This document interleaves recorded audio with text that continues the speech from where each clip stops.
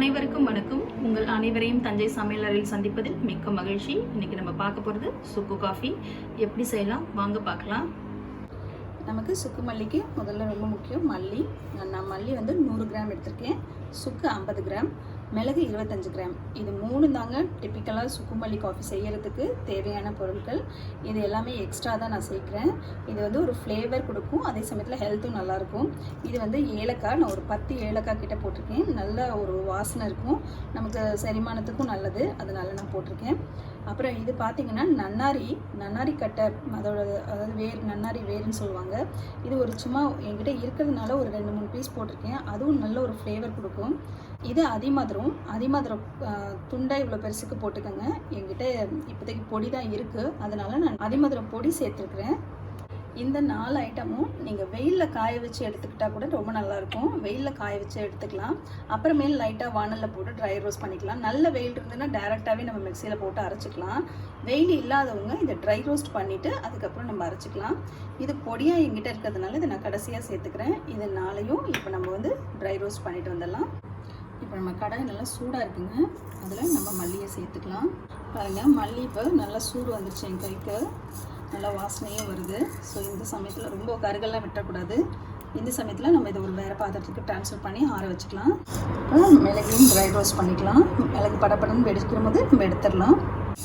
இப்போ நம்மளோட மிளகு நல்லா ரோஸ்ட் ஆகிடுச்சு. இதையும் எடுத்து நம்ம வேறு பாத்திரத்தில் மாற்றி வச்சுக்கலாம். சுக்கு இந்த மாதிரி இருக்கிறத பார்த்து வாங்குங்க. மாவு சுக்குன்னு வாங்கினோன்னா நமக்கு இந்த மாதிரி உடைச்சாலே உடையும், அது நல்லாயிருக்கும். நாராக இருந்ததுன்னா சுக்கு ரொம்ப அந்த இது தெரியும். அதனால் மாவு சுக்கு இந்த மாதிரி மாவாக இருக்கணும். மாவு சுக்குன்னு நல்லா கொஞ்சம் நீங்கள் பார்த்து எடுக்கும் போதே எடுத்துக்கோங்க. இதை வந்து இடித்து எடுத்துகிட்டு வந்துடுவோம். ஏன்னா மிக்சியில் நம்ம போடுறதுனால இதை நம்ம டேரெக்டாக அப்படியே போட்டோம்னா நம்மளால் மிக்சி பிளேடு ஏதாவது ப்ராப்ளம் ஆகிடும். அதனால் நம்ம கொஞ்சம் தட்டி எடுத்துக்கிட்டு அதுக்கப்புறம் ரோஸ்ட் பண்ணிக்கலாம்.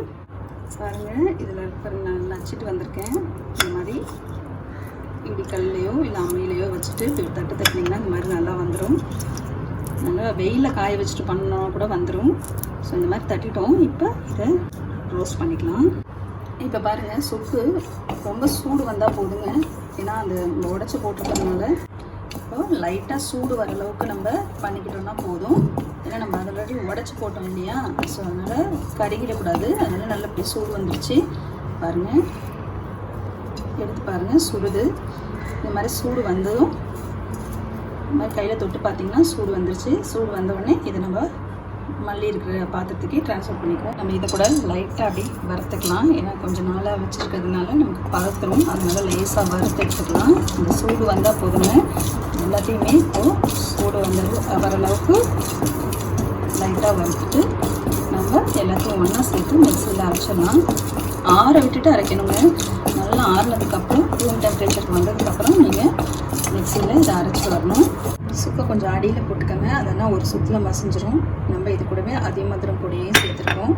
மற்ற எல்லாத்தையும் நம்ம இது கூடவே சேர்த்துட்டு நல்லா அரைச்சி எடுத்துகிட்டு வந்துடலாம்.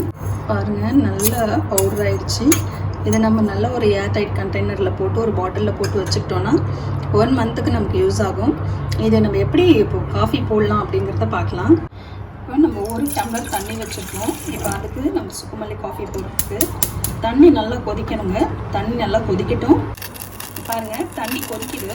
தண்ணி கொதிக்கும் போது நான் ஒரு ஆளுக்கு தான் போடுறதுனால இந்த அளவுக்கு சுக்கு மல்லி எடுத்துருக்கேன் பவுட்ரு.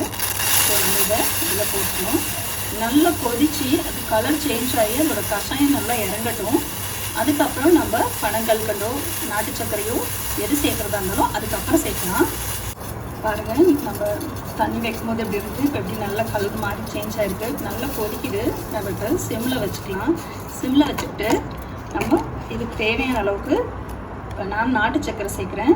நீங்கள் வந்து பனங்கல்கண்டு இருந்தால் கூட போட்டுக்கோங்க. நான் நாட்டு சர்க்கரை தாங்க போடுறேன். அதனால் நாட்டு சர்க்கரை போட்டு நல்லா கொதிக்கட்டும், சர்க்கரை கரையிற வரைக்கும். சுக்கு மல்லி காஃபி ரெடி ஆகிடுச்சுங்க. இதை ஃபில்டர் பண்ணிடலாம். ஒரு ஃபில்டர் வச்சுட்டு நீங்கள் ஃபில்டர் பண்ணிடுங்க.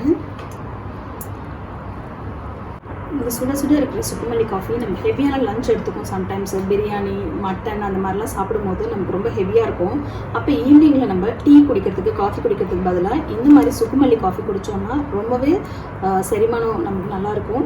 நீங்கள் weekly once, weekly twice coffee டீயை நிறுத்திட்டு இந்த மாதிரி சுக்கு மல்லி காஃபி குடிங்க. ஹெல்த்துக்கு ரொம்ப நல்லது. ஃபேட் இருக்கவங்க இந்த மாதிரி ட்ரை பண்ணலாம். இப்போ நம்மளோட பால் நல்லா கொதிச்சுட்டு இருக்குது. இப்போ நம்ம ஆல்ரெடி இங்கே சுக்கோட காஃபி கஷாயம் போட்டு வச்சுருக்கோம். இப்போ இது கூடவே நம்ம பால் சேர்த்துக்க போகிறோம். பாருங்கள், நான் பால் வந்து நமக்கு தேவையான அளவுக்கு சேர்த்துக்கிறேன். உங்களுக்கு எந்த அளவுக்கு சேர்த்துக்கணுமோ அந்த அளவுக்கு சேர்த்துக்கோங்க. இனிப்பு இதுக்கு தகுந்த மாதிரி நீங்கள் போட்டுக்கோங்க. பாருங்கள், இந்த மாதிரி பால் கூட கலந்து குடித்தோன்னா ரொம்ப நல்லாயிருக்கும்.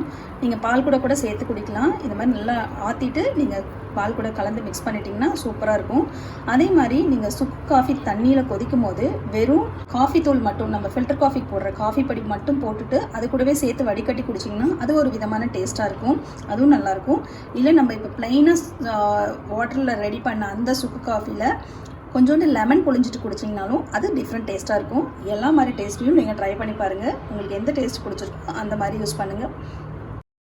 இந்த சுக்கு காஃபி போடுறது உங்கள் எல்லாருக்கும் பிடிச்சிருக்குன்னு நினைக்கிறேன். இது மாதிரி செஞ்சு பாருங்கள். லைக் பண்ணுங்கள், ஷேர் பண்ணுங்கள். சப்ஸ்கிரைப் பண்ணாதவங்க சப்ஸ்கிரைப் பண்ணிக்கோங்க. உங்கள் கருத்துக்களை கமெண்ட் செக்ஷனில் பதிவு பண்ணுங்கள். உடனுக்குடன் எங்கள் வீடியோக்களை தெரிந்து கொள்ள பெல் பட்டனை ப்ரெஸ் பண்ணுங்கள். நன்றி.